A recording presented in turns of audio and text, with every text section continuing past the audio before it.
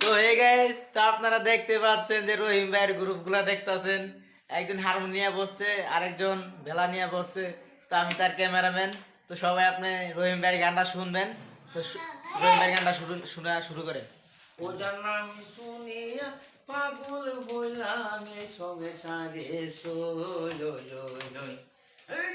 হইলা দিল প্রাণ সজনী মসজিদি গয়াছে বইলা দিল প্রাণ সজনী মসজিদি গয়াছে ওটার নাম শুনিয়া পাগল হইলাম সঙ্গে সারে